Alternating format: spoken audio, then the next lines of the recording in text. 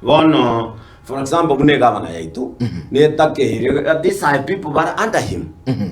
A director, under the governor. He is the executive of the county, and these people are operating the business in this county. Oh yes. Akuba someone what is this I'm listening on the ground in Yuwedenga,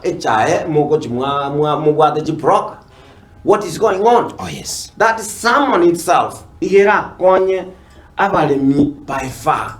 Wana karega baneroje, eroje muchiaso yo KTDA independent, e kaba independent and they are operating in your territory. You should ask the question.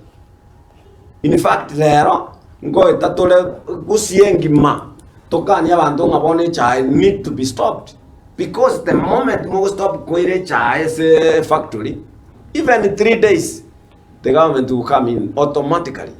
They will come in babolinga why a chai commiss, because I only over me bole back upon yomogusi ya development in the country.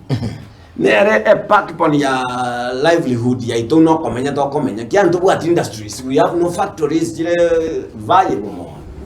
Nga kimura kole motige to get a pack upon yego sira. Mheshimiwa Peter Jim. How? Assume today na equaling the executive county. Yes. Na yemo governor we county. Assume. Mule miole kole nkole ko karampo komo kono. Toli wa assume. I twara hope.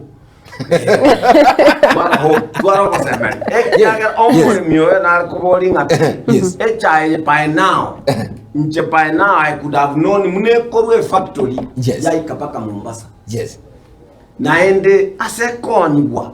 I could have known Mune governor. Yes. Because a product jeneyane Kisii county. Right. I could have known Imanyanga ekericha ego chakoni. Inki abantu baitu ba expected.